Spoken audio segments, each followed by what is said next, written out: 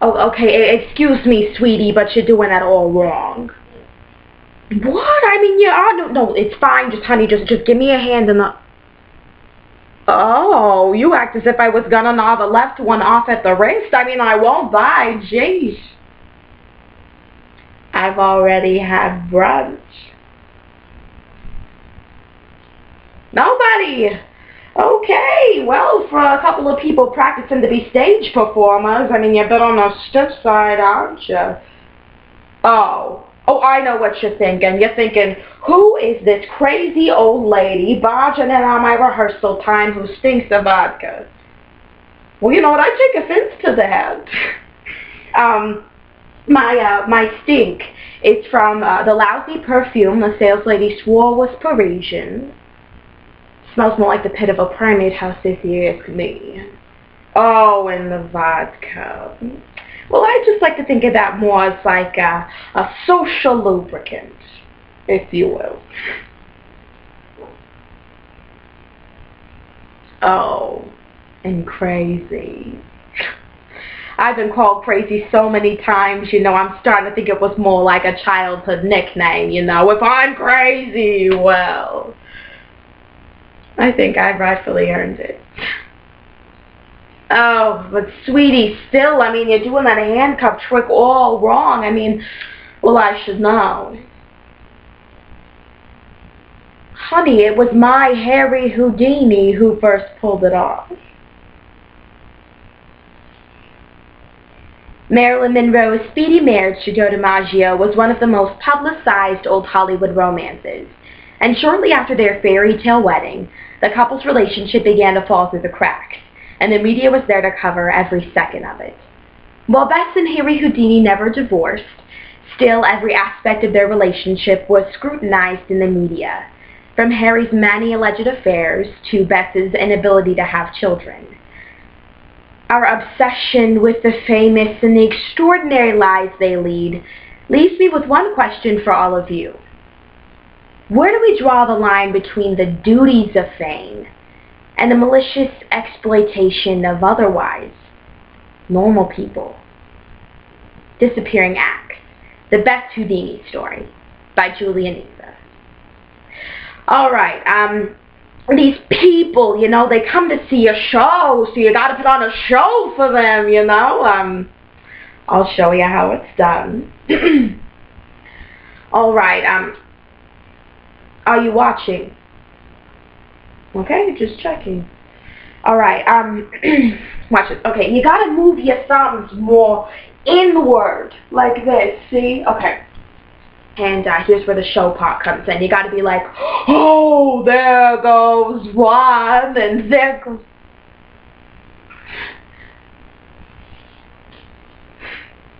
Ta-da!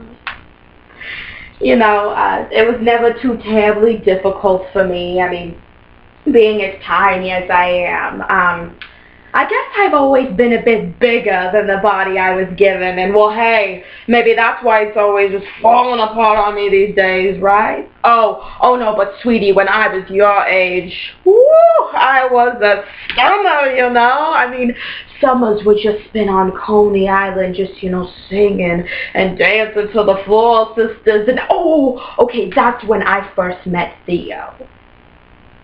Oh my gosh, he was cute, you know? I mean, he had this dark brown hair and these dark eyes. Oh my gosh, he was cute. But he was Harry's brother. Awkward.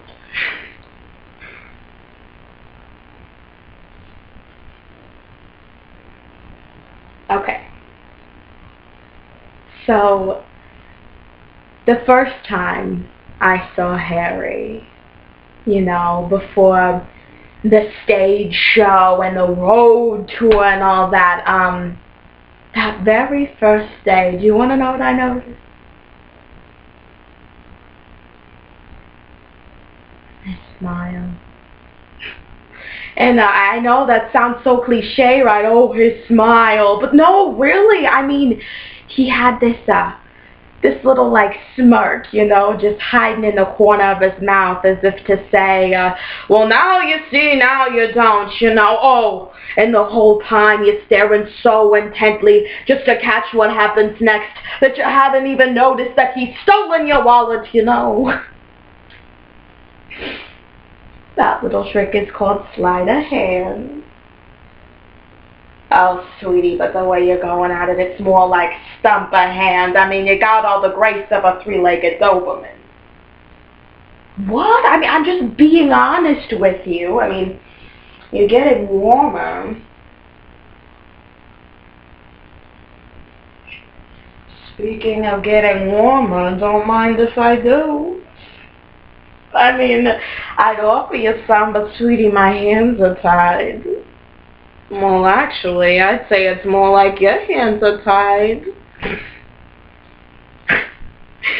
Oh, gosh. That was this old stupid joke we used to have, you know. I mean, you can't defy death for so long without having a sense of humor, you know. And, Lord knows, a girl had to have a sense of humor to stay married to a man like Harry. I mean, he could barely keep his head screwed on straight, you know.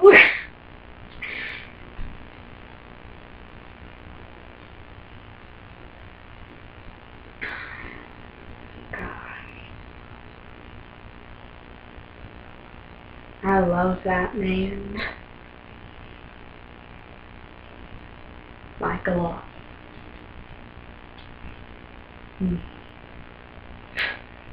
Did you know that his real name wasn't even Harry Houdini? No. Do you want to know what it was? Eric Weasel. Oh, no wonder he changed it, right? Oh, gosh. There was always so many people, you know, and oh my gosh, there was this one girl, Daisy Chairman. Yeah, oh gosh, that redhead, woo. You better believe I'd wall up if I was given the opportunity, you know, and those are,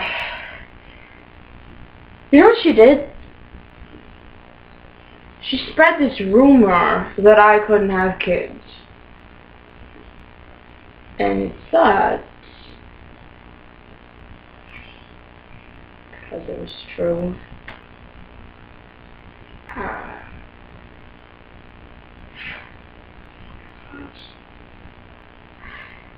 Harry always wanted just, you know, a little girl, and we used to stay up real late at night and we just talk about what she looked like, and you know, I didn't really care either way, you know, but he just wanted a little girl.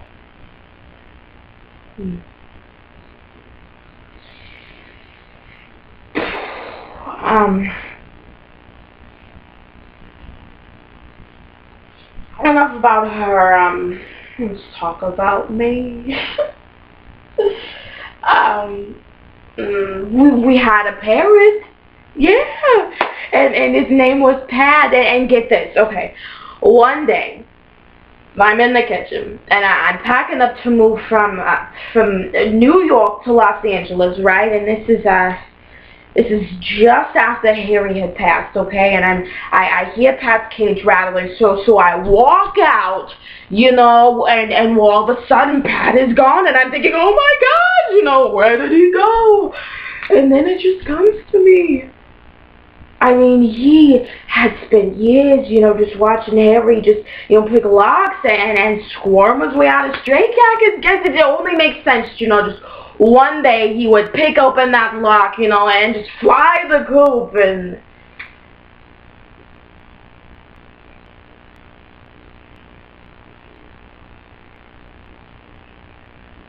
Save me too.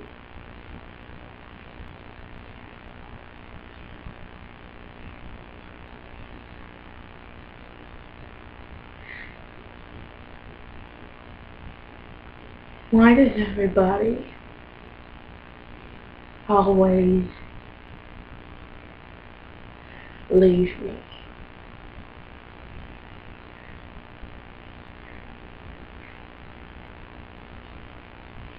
I mean,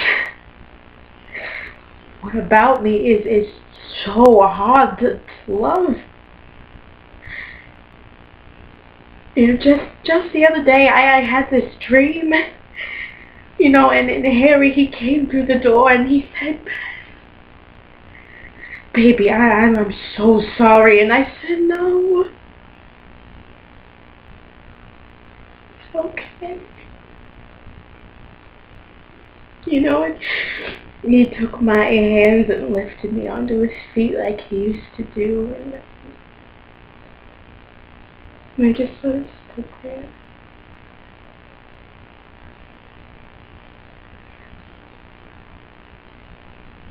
And then in my dream, he didn't come back as Harry Houdini.